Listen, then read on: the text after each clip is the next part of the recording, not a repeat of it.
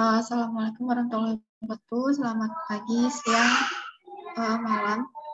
Perkenalkan, saya Dewi Sonia Galuh, NPM Akhir 29, Ilmu Kelautan FP keempat. Di sini saya bersama dengan rekan saya, yaitu Anastasia Violita, akan menjelaskan tentang instrumentasi meteorologi. Dalam melakukan pengamatan cuaca, digunakan alat-alat atau instrumentasi meteorologi. Instrumentasi meteorologi digunakan untuk mengamati unsur-unsur cuaca di suatu tempat tertentu. Yang pertama yaitu ada termometer. Termometer ini digunakan untuk mengukur temperatur. Dalam meteorologi biasanya digunakan dua jenis termometer. Yang pertama itu merupakan termometer kaca atau liquid in glass thermometer, di mana termometer ini digunakan secara konvensional, yaitu menggunakan air raksa untuk pengukuran temperatur di atas suhu titik beku, yaitu minus 38,3 derajat Celcius, dan menggunakan alkohol untuk pengukuran yang memiliki jangkauan ukur di bawah atau sekitar titik beku. Yang kedua yaitu ada jenis termometer PT100 untuk peralatan digital.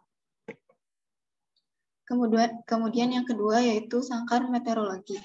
Sangkar meteorologi ini merupakan sebuah struktur bangunan yang digunakan untuk melindungi alat-alat atau instrumentasi yang diletakkan di suatu tempat tersebut.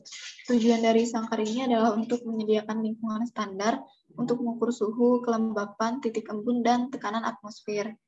Nah, sangkar meteorologi ini harus diletakkan di lokasi yang berupa lapangan bebas atau bebas dari bangunan atau pohon yang dapat menghalangi sinar matahari. Kemudian dapat dilihat pada gambar, sangkar meteorologi ini di dalamnya terdapat termometer bola basah, termometer bola kering, termometer maksimum, dan termometer minimum. Dan kemudian untuk bangunannya sendiri ini terdapat kisi-kisi atau ventilasi udara, dan juga terdapat atap yang untuk fungsinya untuk melindungi instrumentasi yang terdapat di dalamnya. Kemudian ini instrumentasi yang terdapat di dalam sangkar meteorologi tadi. Yang pertama ada termometer bola kering dan termometer bola basah. Termometer bola kering ini digunakan untuk mengukur suhu udara pada lingkungan sangkar. Termometer ini terdiri dari tabung gelas yang di dalamnya terdapat pipa kapiler yang berisikan air raksa. Ketika suhu naik, maka air raksa akan memuai dan menunjukkan skala suhu pada lingkungan. Kemudian yang kedua yaitu termometer bola basah. Termometer ini digunakan untuk mengukur titik jenuh dalam udara. Termometer ini sama seperti termometer bola kering, namun termometer ini bolanya dilapisi oleh kain yang dijaga agar tetap basah. Termometer bola basah mengukur suhu yang dibutuhkan untuk menguapkan air di kain tersebut. Kemudian ada termometer maksimum dan minimum.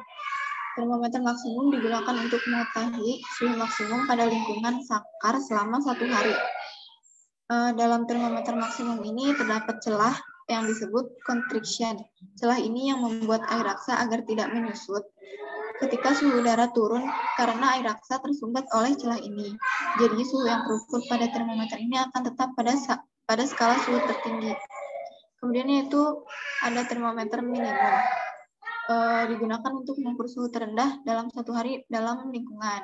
Termometer ini menggunakan alkohol karena karakteristiknya cocok untuk mengukur suhu rendah, yaitu karena titik beku alkohol itu lebih rendah dari titik beku air raksa. Termometer ini diletakkan sedikit miring ke bawah agar indeks selalu menunjukkan suhu terendah. Kemudian untuk gambarnya dapat dilihat di layar sebelah kiri. Kemudian yang selanjutnya yaitu ada barometer dan anemometer. Barometer ini merupakan alat yang digunakan untuk mengukur tekanan udara.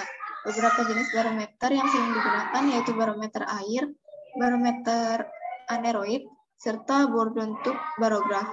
Kemudian anemometer.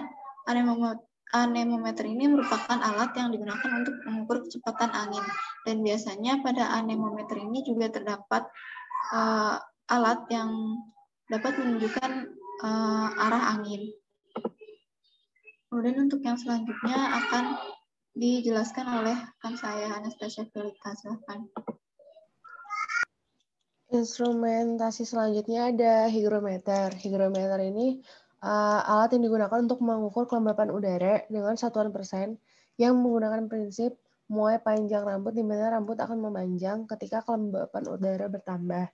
Adapun rambut yang digunakan adalah rambut manusia atau kuda yang sudah dihilangkan lemaknya, yang kemudian dikaitkan dengan pengungkit engsel yang dihubungkan dengan jarum yang menunjuk kepada skala, sehingga memperbesar perubahan skala dari perubahan kecil dari panjangnya rambut. Yang selanjutnya ada penakar hujan. Penakar hujan ini adalah semacam alat yang digunakan untuk mencatat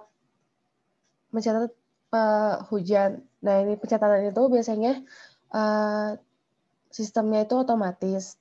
Terus pencatatan itu dilakukan menggunakan pena di atas pias. Yang selanjutnya ada penakar hujan observatorium. Ini sama kayak yang tadi, sama-sama penakar hujan. Cuman yang tipe ini menggunakan gelas ukur untuk nentuin curah hujannya. Cara nentuin curah hujan itu dengan menjumlahkan hasil pembacaan gelas ukur selama hujan terjadi.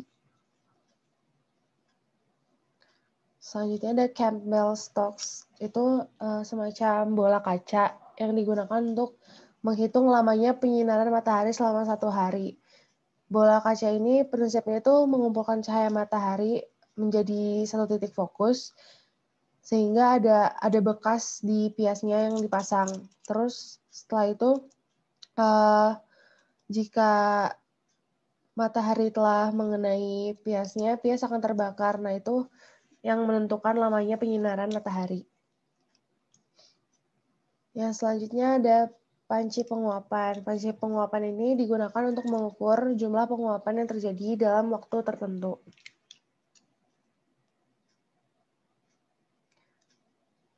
Instrumentasi yang selanjutnya adalah pengukur kualitas udara.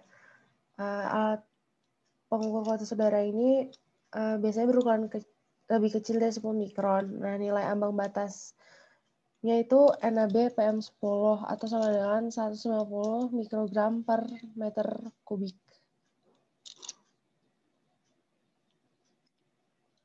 Nah, selanjutnya ada AWS atau Automatic Weather Station. Ini tuh prinsipnya itu satuan dari sensor-sensor yang biasanya itu otomatis merekam data meteorologi seperti suhu, tekanan, kelembapan, penyinaran matahari, curah hujan, dan angin. Lalu diubah dalam bentuk data, sehingga data tersebut dapat dipantau dan dimonitoring melalui komputer. Umumnya, AWS ini dipasang di ketinggian 10 meter di atas permukaan tanah dan tidak terdapat hambatan. Sekian dan terima kasih. Mohon maaf bila ada kesalahan dari kami.